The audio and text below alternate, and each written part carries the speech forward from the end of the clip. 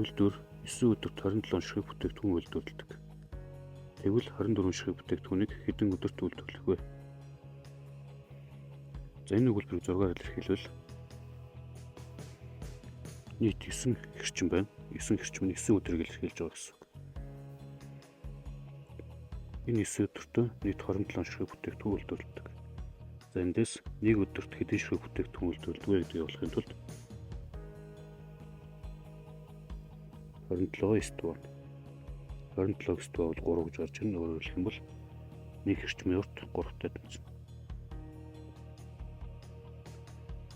Өөрөөр хэлэх юм бол энэ үйлдвэр нэг өдөрт 3 бүтээгдэхүүн үйлдвэрлэдэг гэсэн үг.